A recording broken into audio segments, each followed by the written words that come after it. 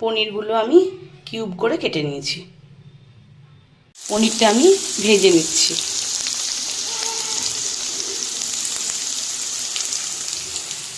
আর এখানে কিছুটা পনির ভাজা হয়ে গেছে, লবণ জলে দিয়ে দিয়েছি পনিরটা।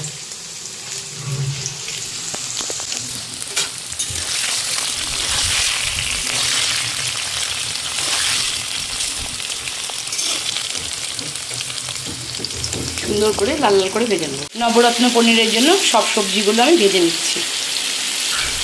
এখানে ভাজা হচ্ছে, এখানেও ভাজা হচ্ছে। সব সবজিগুলো আমার ভাজা হয়ে গেছে।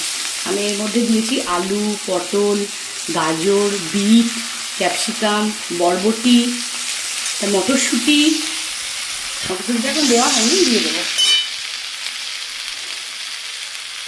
মটরশুঁটি আর পনির দিয়ে হচ্ছে নবরত্ন পনির। সবজিগুলো কালারগুলো পনিরটা দেখিয়ে দিয়েছি, লবণ দিয়ে ভেজানো আছে।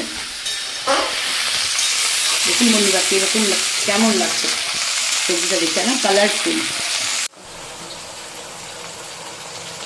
পনিরের জন্য আমি মশলাটা রেডি করে নিচ্ছি। আমি জিরে ফোড়ন দিয়েছি, জিরে তেজপাতা ফোড়ন দিয়ে দিয়েছি। আর কড়াইয়ে দিয়েছি লবণ, চিনি, আদা বাটা, টমেটো কুচি, জিরে গুঁড়ো, ব্যাস এই মশলা। পরে যখন আবার মশলা দেবো ওটা দিয়ে দেখাবো। আমার পনিরের মশলাটা কষা হয়ে গেছে। এবার আমি এর মধ্যে দেবো, দেখাও ওখানে কি আছে। এর ভিতরে আছে কাজু বাদাম, পোস্ত, চারমগজ বাটা। এটা এবার আমি দিয়ে দেবো।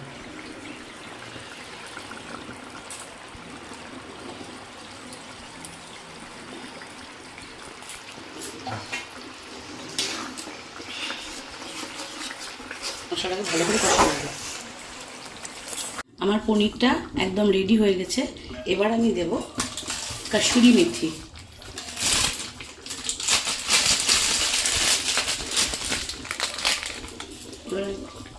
কসুরি মেথি, বাটার,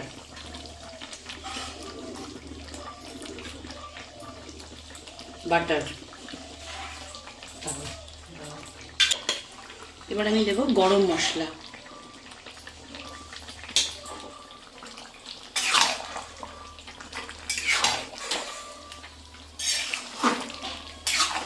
আমার তরকারিটা পুরো রেডি হয়ে এসেছে।